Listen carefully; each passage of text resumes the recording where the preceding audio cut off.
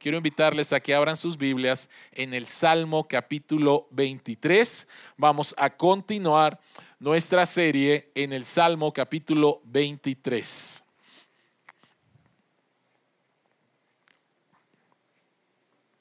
Salmo capítulo 23, este es el penúltimo mensaje.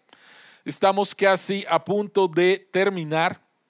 Se llama Razón para regocijarte y está basado en el versículo 5. En el versículo 5, ¿sí?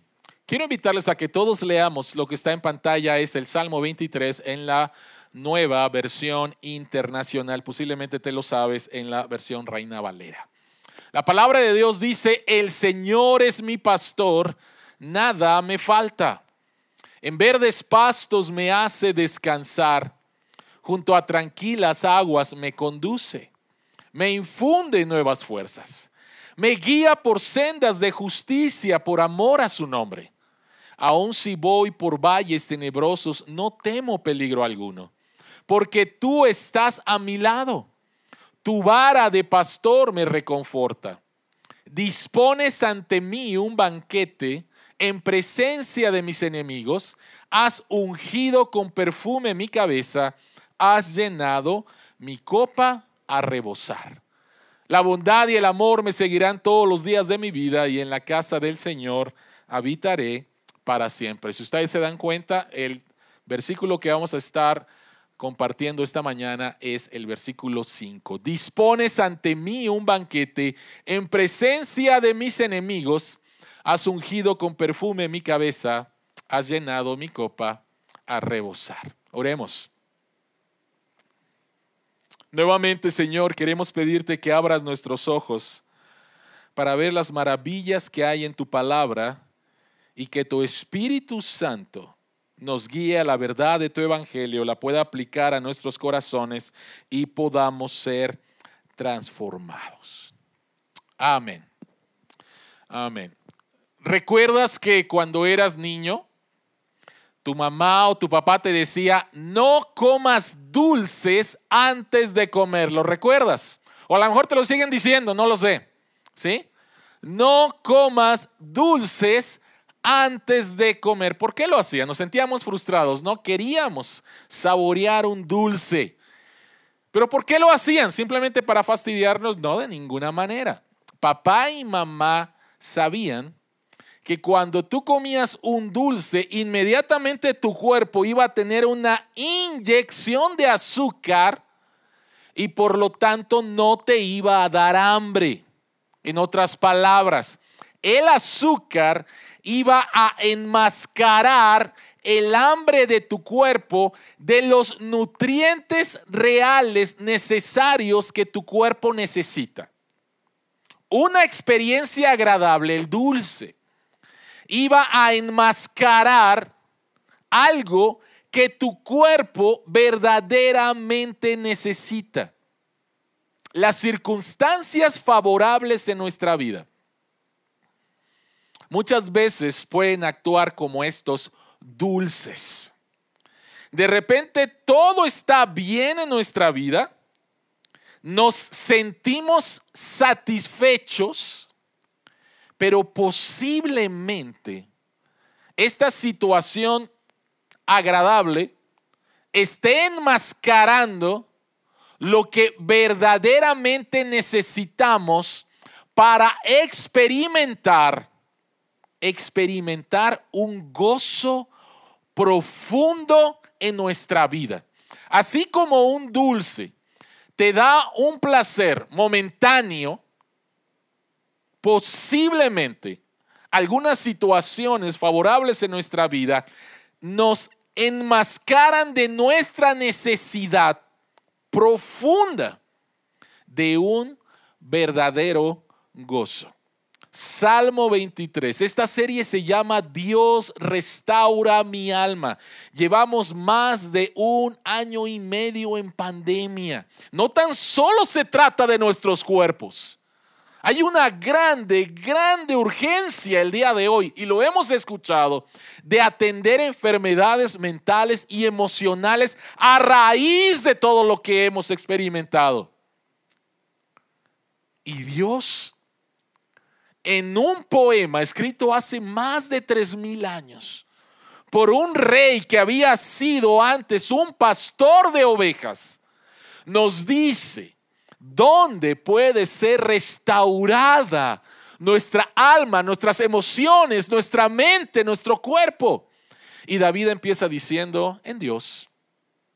Y después hace una declaración increíble donde dice que si Dios es tu pastor, si el Señor es tu pastor, entonces nada te falta. Tiempo presente, no faltará. Nada te falta. Tiempo presente. Y después empieza a describir a través de metáforas entre la relación de un pastor y sus ovejas, precisamente por qué no nos hace falta absolutamente nada.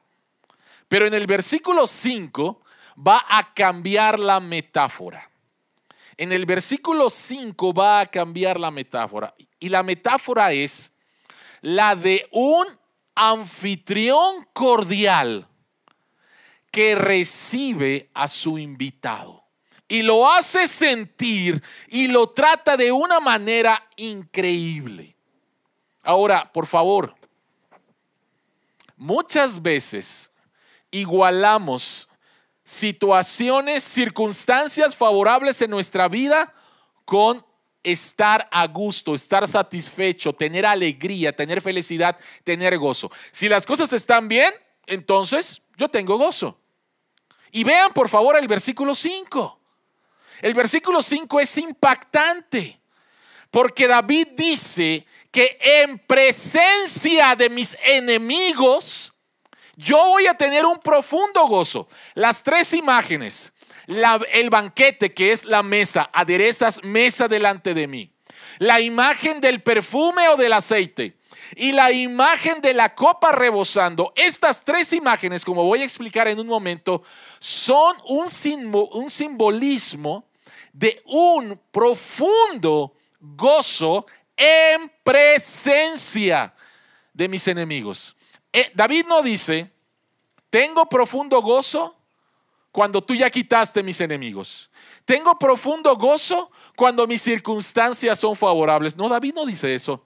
David dice: en presencia de mis enemigos, en presencia de dificultades, en presencia de circunstancias que no son favorables, yo estoy experimentando un profundo gozo.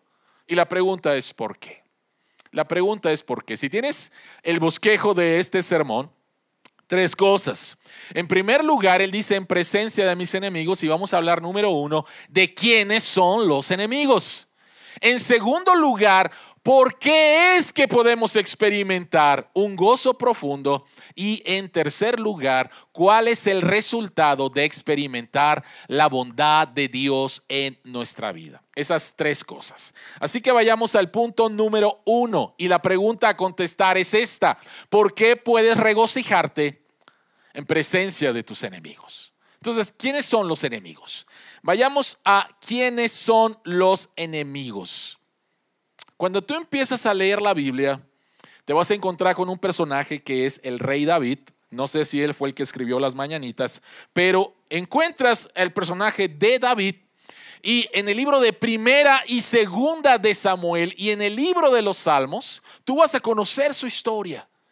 Y cuando tú lees de su historia, tú te vas a dar cuenta que los enemigos de David pueden ser englobados de dos formas. En primer lugar, en la forma de personas, y en segundo lugar, en la forma del pecado. David tenía dos enemigos: personas y el pecado. Así que vayamos al punto número 1, las personas.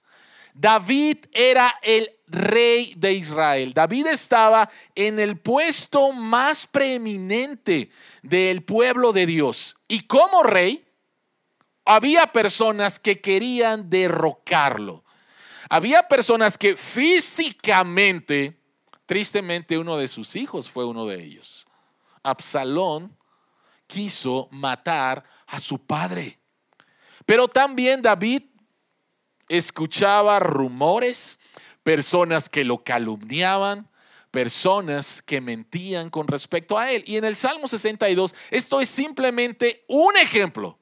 En el Salmo 62, versículos 3 y 4, David escribe: ¿hasta cuándo atacarán todos ustedes a un hombre para derribarlo? Es como un muro inclinado, como una cerca a punto de derrumbarse. Solo quieren derribarlo de su lugar de preeminencia. Se complacen en la mentira, bendicen con la boca, pero maldicen con el corazón. Oposición, calumnia de parte de los enemigos de David por causa de ser el ungido de Dios, por causa de ser el rey. Tú y yo tenemos enemigos. Hay personas a las cuales no le caes bien. Sí lo sabes, ¿no? ¿O eres monedita de oro? Hay personas a las cuales no les caes bien. Hay personas que hablan mal de ti. Hay personas que no te van a hacer un favor. Todo lo contrario, te pueden hacer algo para perjudicarte.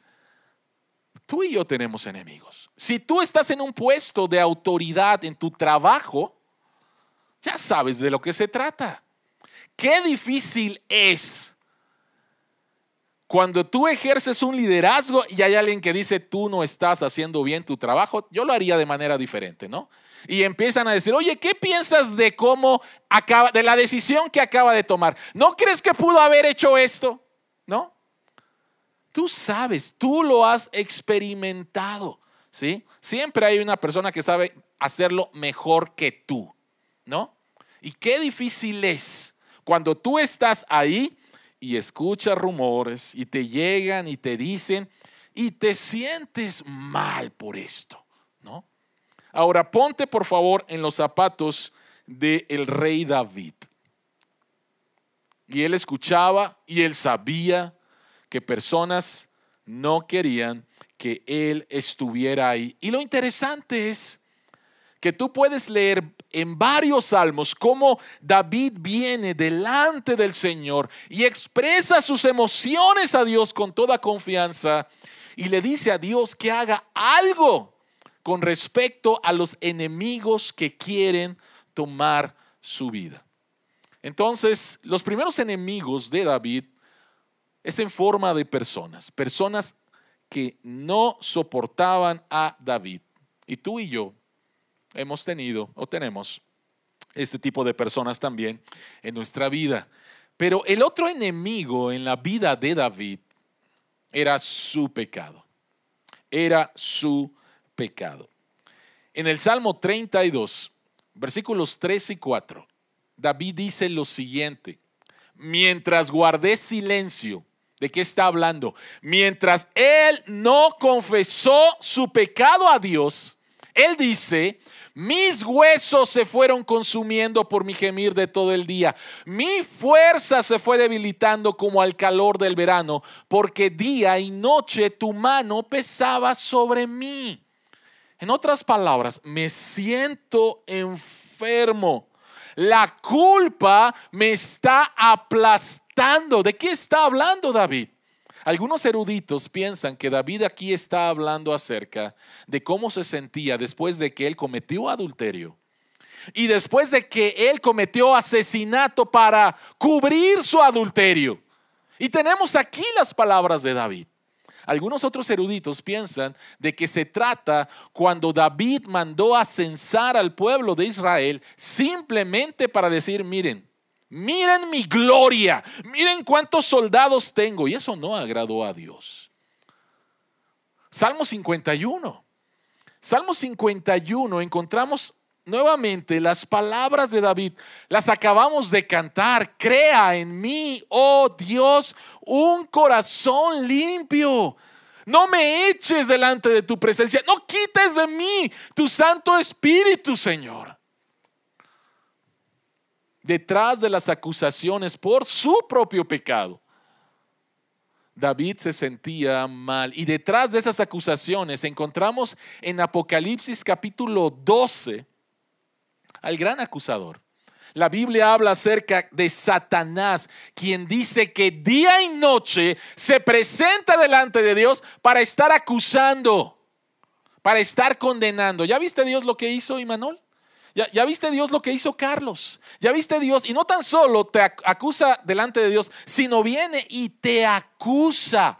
No eres digno de la gracia y de la misericordia de Dios. Posiblemente ni salvo eres. Tus pecados no han sido perdonados. Entonces encontramos en la vida de David, él dice, en presencia de mis enemigos, yo experimento un verdadero gozo. ¿Cuáles son esos enemigos? Personas y pecados. Él estaba consciente de la oposición. Y miren lo que dice el pastor y maestro G.A. Packer. Él dice, la oposición es un hecho. El cristiano que no es consciente de qué se le opone, es mejor que se vigile a sí mismo porque está en peligro. ¿Por qué? ¿Por qué dice que estamos en peligro si no somos conscientes de lo que se nos opone? La razón por la cual estamos en peligro es por una de estas dos cosas que voy a decirte. La primera de ellas, si tú no estás consciente, es que posiblemente estás completamente desensibilizado a tu pecado. Lo justificas, lo niegas, lo enmascaras y no eres consciente de todo lo que Dios necesita todavía cambiar en tu vida. Entonces estás completamente insensible. Pero por el otro lado, lo que pudiera estar pasando en tu vida al no ser consciente de lo que se te opone, personas o tu pecado, es que vives en otra realidad, como muchos de nuestros políticos. Viven en otra realidad, ¿sí? Y no quieres aceptar, por un lado, de que no le caes bien a todos. Y por el otro lado, no quieres decirle al pecado que es pecado en tu vida. Así que o estás con un corazón duro, desensibilizado, o estás fingiendo, vives en otra realidad. Las dos cosas son peligrosas en la vida de un cristiano. Estar con un corazón duro, volver a un corazón duro. Y la otra, no darte cuenta de la realidad en la cual vives. No darte cuenta de la realidad en la cual vives. Por lo tanto, ¿cómo puedes tener gozo en medio, en presencia de tus enemigos? Vayamos al punto número 2 entonces. ¿Por qué puedes regocijarte en presencia de tus enemigos? Vean por favor las imágenes que presenta aquí David. Y otra vez, la imagen pasó de pastor oveja a la de un anfitrión cordial, un buen anfitrión. Y él dice, dispones ante mí un banquete en presencia de mis enemigos, has ungido con perfume mi cabeza. ¿Qué significa esto? ¿Qué significa la mesa? ¿Qué significa el aceite? ¿Qué significa la copa rebosando? ¿Qué significa? Vayamos al punto número 1, que es el aceite. El aceite. Debemos de recordar que en tiempos antiguos tú tenías que, para todo, andar a pie y viajar grandes distancias a pie. Y recordemos que en el Medio Oriente el clima es muy caluroso. Así que cuando después de un viaje a pie tú llegabas a la casa de tu anfitrión, tu piel estaba reseca. Tu piel posiblemente estaba con cuarteaduras. Y era la costumbre de un buen anfitrión el que te proveyera de aceite, el que te proveyera de un aceite con un buen olor, perfume. ¿Por qué? Porque eso iba a suavizar tu piel y te iba a dar una sensación de alivio, de frescura. Y de eso está hablando David aquí. Vean por favor estos 3 versículos. El primero de ellos, Salmo 45:7. Has amado la justicia y aborrecido la injusticia. Por eso te ha ungido Dios, el Dios tuyo, con aceite de gozo más que a tus compañeros. Salmo 92:10. Pero tú enaltecerás mi poder como el de un toro salvaje y sobre mí verterás aceite fresco. Ahora, si recuerdas la historia, de Jesús en Lucas capítulo 7. Lucas capítulo 7, a Jesucristo lo invitan a una cena, a una comida. Y Jesucristo está ahí y de repente entra una mujer que había sido prostituta. Y la gente se escandaliza. Y esta mujer empieza a ungir a Jesús con un perfume. Y entonces el anfitrión de Jesús, Simón, piensa y dice, uy, si Jesucristo verdaderamente fuera un profeta, sabría qué clase de mujer lo está tocando. Jesucristo, como es Dios, sabe lo que Simón está pensando. Y entonces en el versículo 46, Jesucristo le dice, tú no me ungiste la cabeza con aceite. Era la costumbre de un buen anfitrión. Llega tu invitado y era ungirlo con aceite. Y Jesucristo le dice a Simón, tú no has sido un buen anfitrión. Tú no has sido un buen. Pero esta mujer, nuevamente, ella me ungió los pies con perfume. Entonces, la imagen de aceite era la que un buen anfitrión, un cordial anfitrión, tenía para sus invitados, para hacerlos sentir bien, para darles un momento de confort, de frescura y de alivio. Y lo mismo tiene que ver entonces con la imagen de la mesa. Un anfitrión cordial preparaba una mesa con comida y con bebida para traer refrigerio y alivio al invitado, ¿no? Yo creo que tú has experimentado esto cuando tú has ido a alguna casa y te han dicho, por lo menos, ¿no? Se le ofrece un vaso con agua, ¿no? Y mejor sería agua y una comidita, ¿no? Y ya todo completo. Bueno, la imagen de la mesa es esa. No es algo ajeno a nosotros. Llega tu huésped y tú ya lo tienes preparado todo para que él pueda sentirse bien, para satisfacer sus necesidades. Ahora, es muy interesante en la vida de David como rey. Los reyes preparaban también mesa para toda su corte. Todos los días en la corte del rey, posiblemente tú has visto películas con respecto a esto, pero está el rey y está su corte comiendo. Y no era una comida diaria, o sea, ok, frijolitos, arrocito, listo, ya está. No. Era una mesa bien preparada de parte del rey para su corte, para sus invitados. Y es bien interesante en la vida del rey David. El rey David no nació como rey, no nació en una familia real. El rey David nació en una familia donde fue menospreciado por ser el último hijo y lo mandaron como pastor de ovejas. Dios en su misericordia lo elige, lo unge como rey, pero lo unge como rey mientras otro era rey. Y ese rey era Saúl. Y Saúl tenía un hijo que se llamaba Jonatán. Y Jonatán iba a ser el heredero. Se muere Saúl, ¿quién es el heredero? ¿Quién es el siguiente rey? Jonatán. Pero Jonatán supo y aprendió que Dios había elegido a David y había desechado a su padre.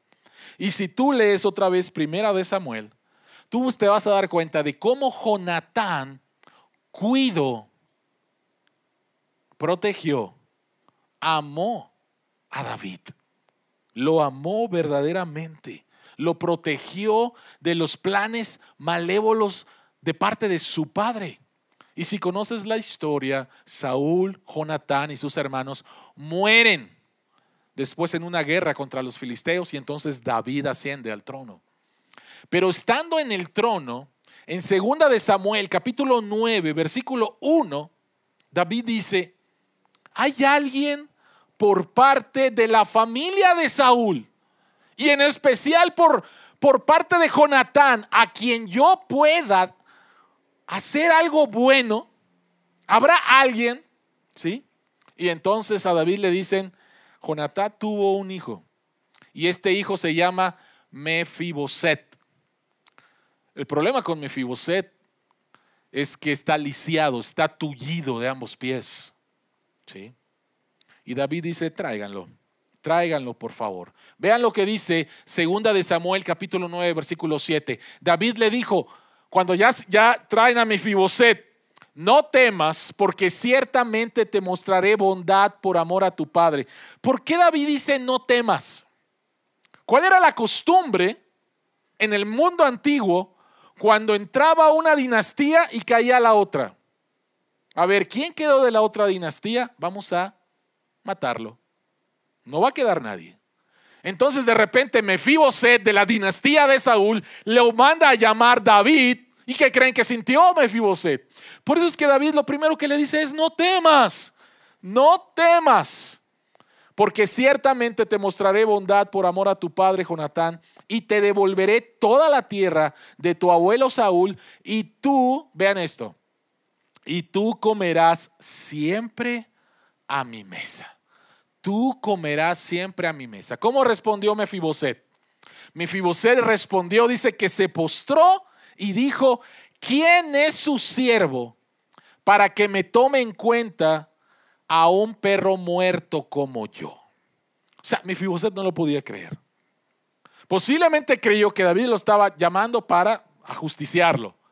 Y de repente David le dice: te voy a devolver las tierras, te voy a mostrar esta misericordia porque tu padre actuó conmigo con misericordia.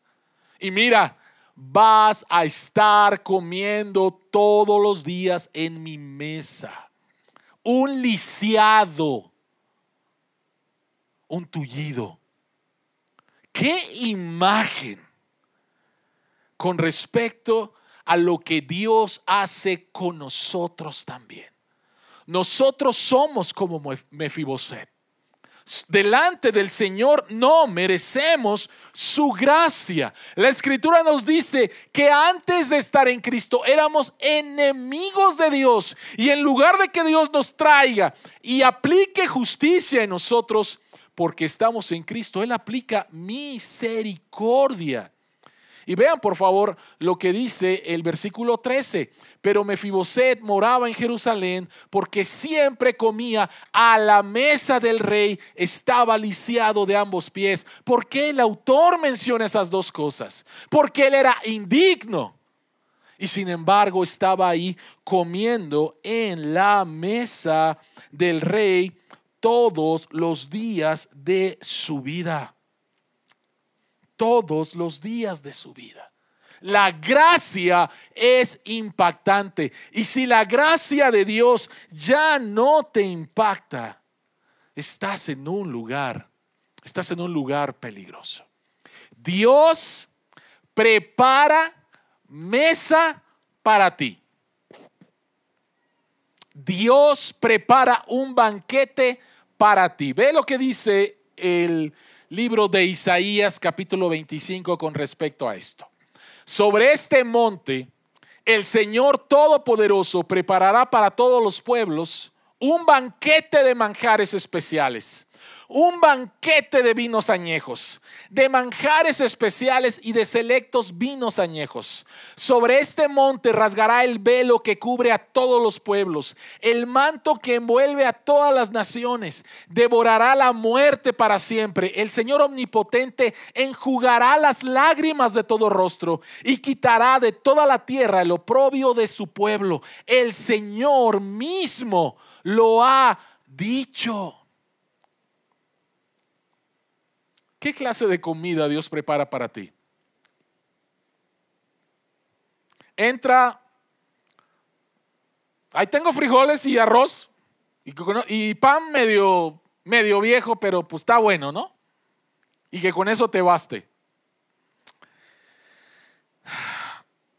Dios prepara para ti un banquete. Y me encanta que el autor aquí, el profeta Isaías, 2 veces menciona un banquete de manjares especiales.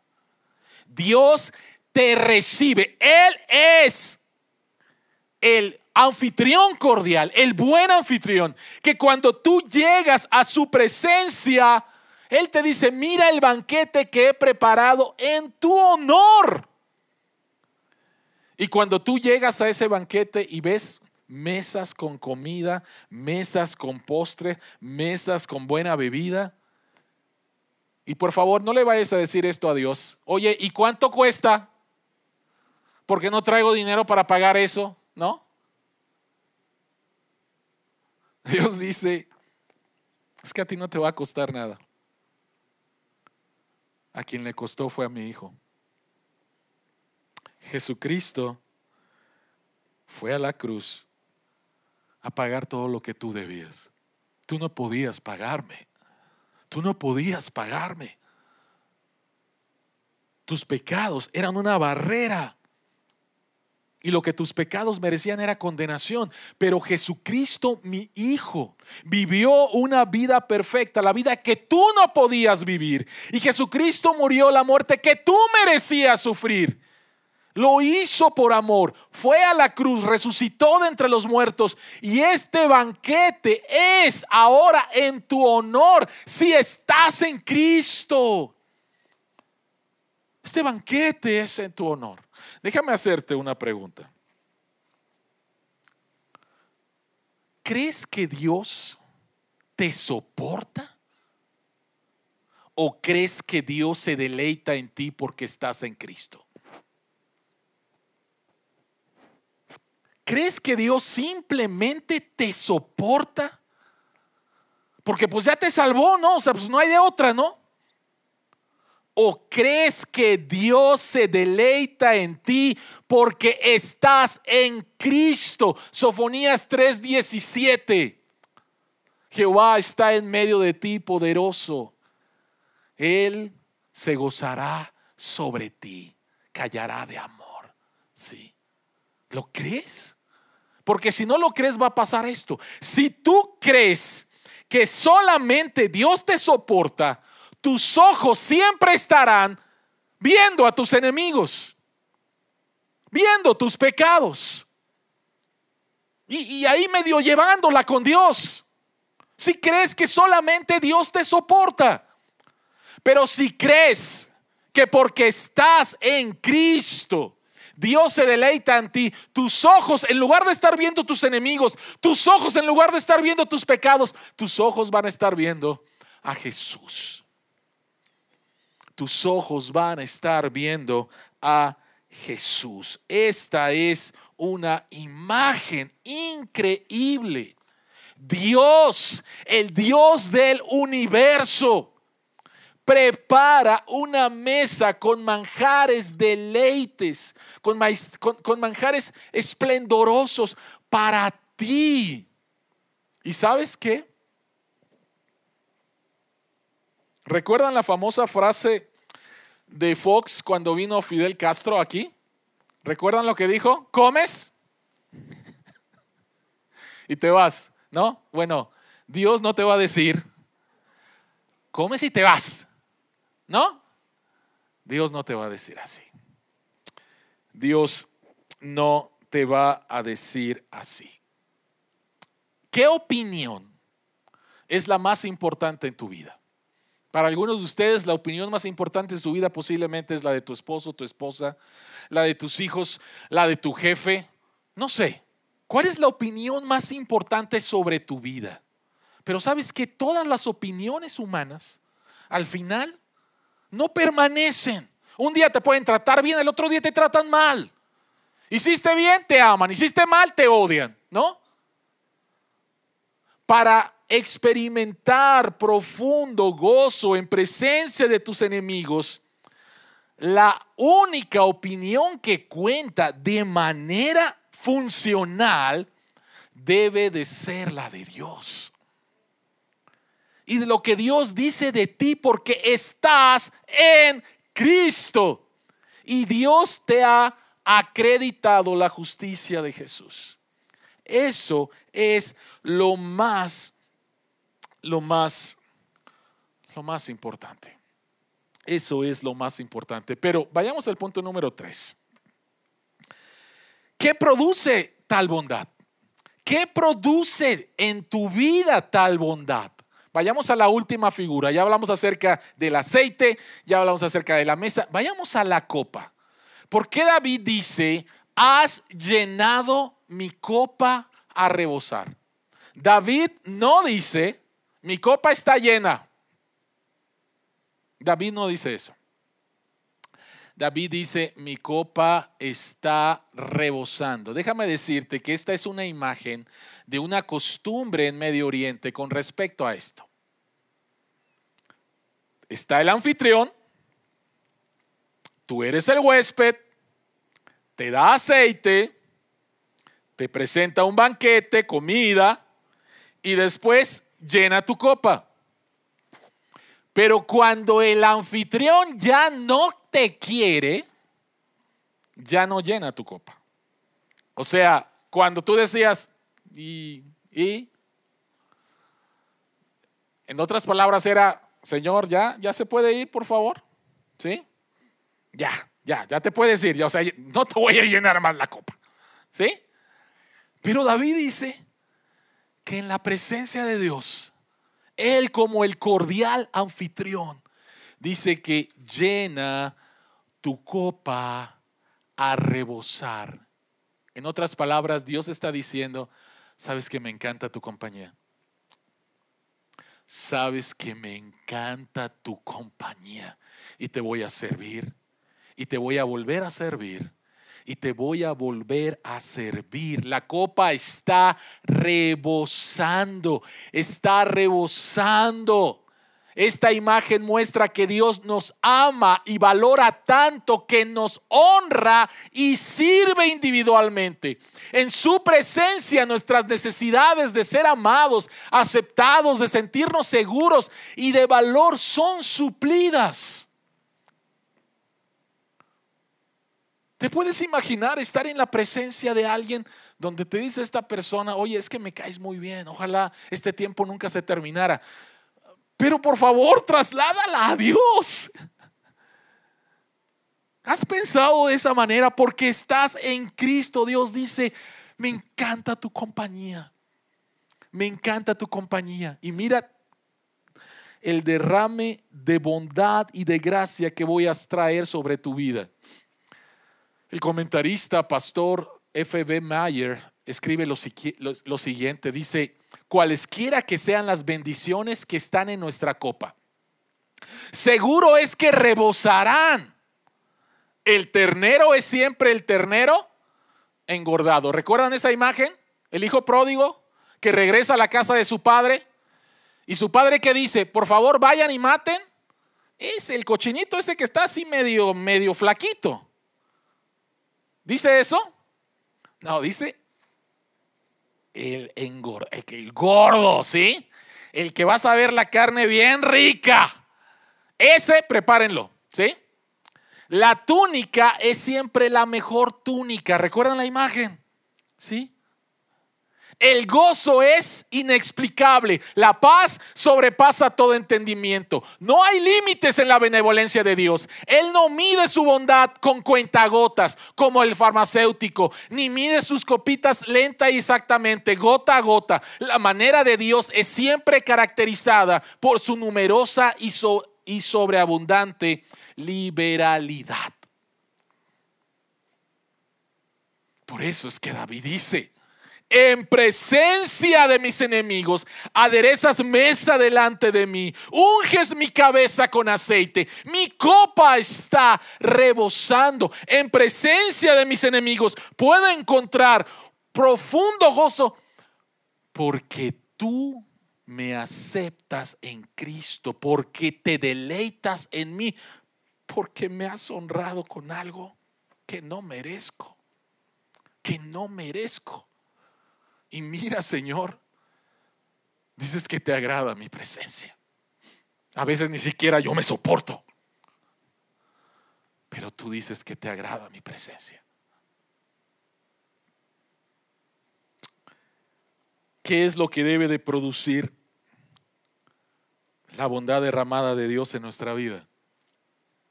Y es que debemos de compartirla con otros. Es muy interesante, y ya lo mencioné.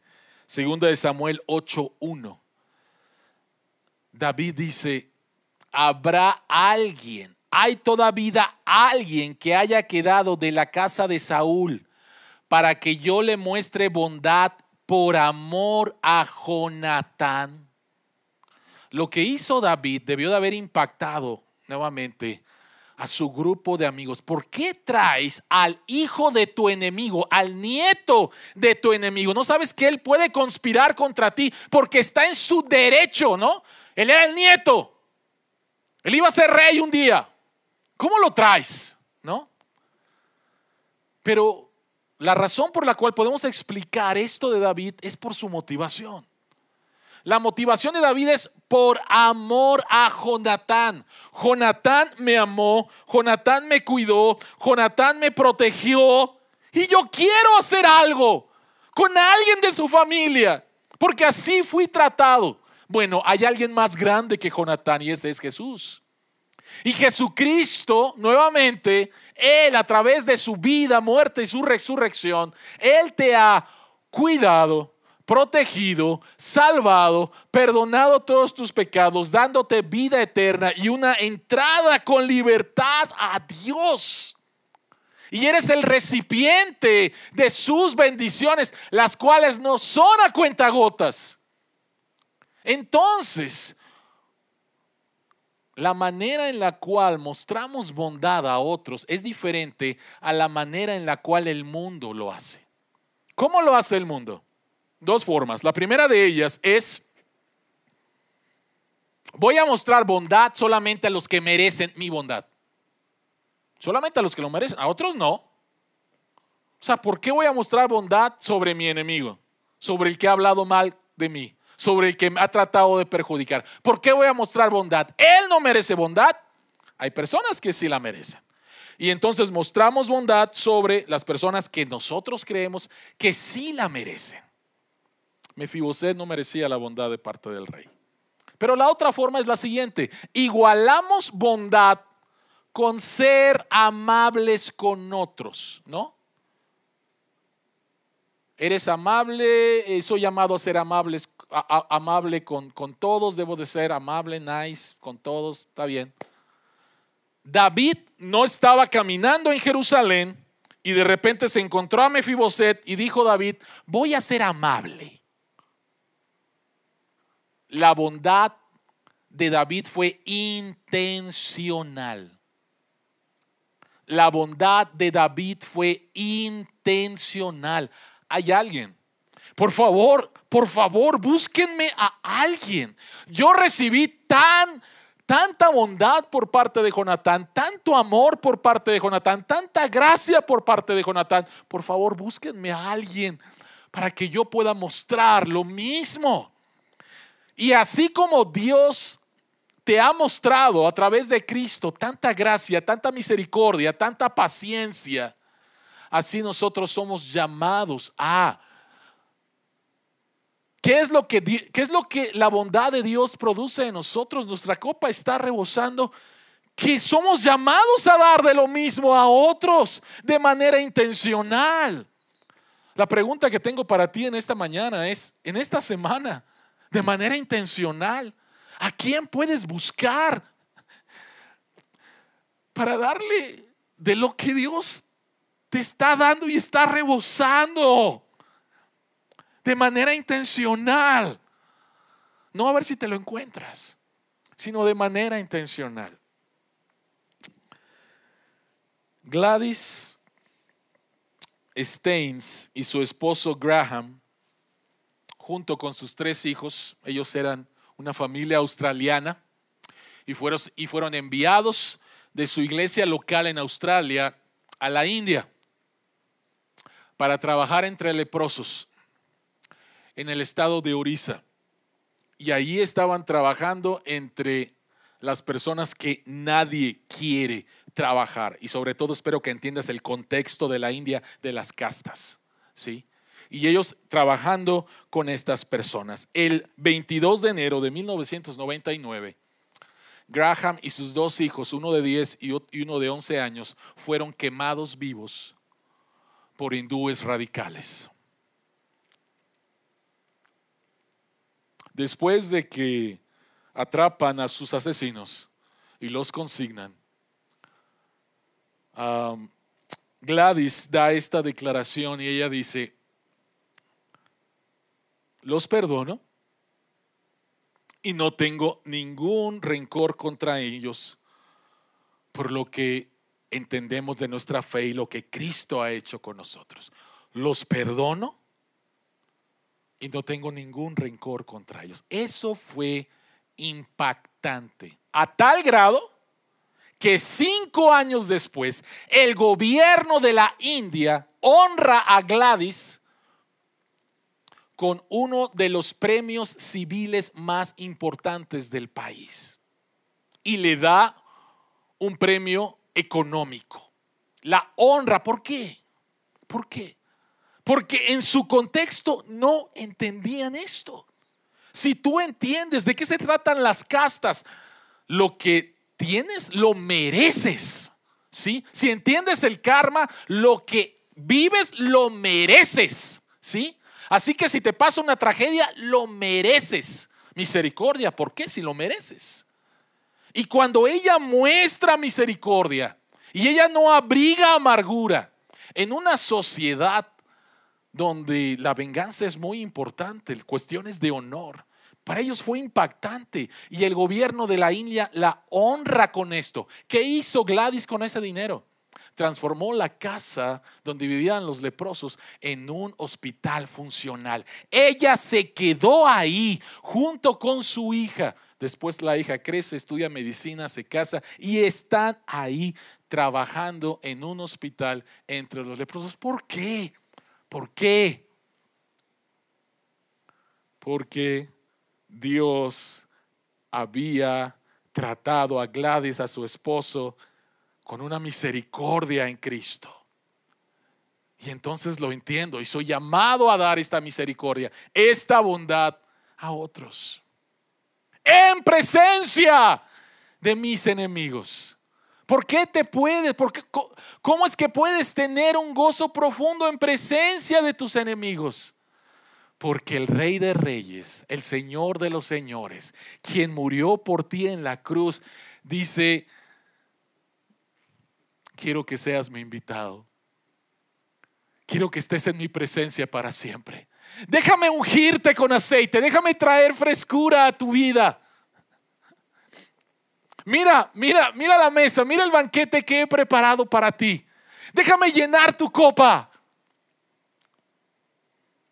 Cada vez que nos acercamos a la mesa del Señor, cada vez que celebramos la cena del Señor, es como si fuera un ensayo de Dios preparando esta mesa y donde Él te dice: me encanta estar contigo porque estás en Cristo. Me encanta estar contigo. Por eso es que podemos tener verdadero, eterno gozo aún delante, en medio de situaciones difíciles, aún en presencia de nuestros enemigos, aún con el recuerdo de nuestros pecados. Podemos experimentar eso porque Él ya nos ha perdonado. Él nos ha dado el estatus de hijos. Él es nuestro Padre y nos dice: yo quiero que estés conmigo. Oremos. Señor que estás en los cielos, qué increíbles imágenes las que tenemos, Señor, aquí en el versículo 5 del Salmo 23. Qué increíble imagen, Señor, que podemos experimentar un gozo profundo, significado, valor en medio de este mundo caído, en medio de necesidades, en medio de dificultades, en medio todavía, Señor, de la pandemia, en medio de carencias, podemos experimentar un gozo profundo porque tú eres el buen anfitrión, tú eres el anfitrión cordial, que por causa de Cristo, siendo nosotros inválidos, no merecedores de tu gracia, la derramaste, Señor, en nuestra vida. Y ahora, Señor, tú nos llamas a estar en tu presencia en una fiesta donde tú eres el anfitrión, donde nosotros somos tus invitados especiales, donde nosotros somos VIP en tu presencia por causa de Cristo. Gracias, Señor. Gracias que no nos soportas, sino que anhelas nuestra presencia en tu presencia. A ti la gloria en Jesucristo. Amén. Amén.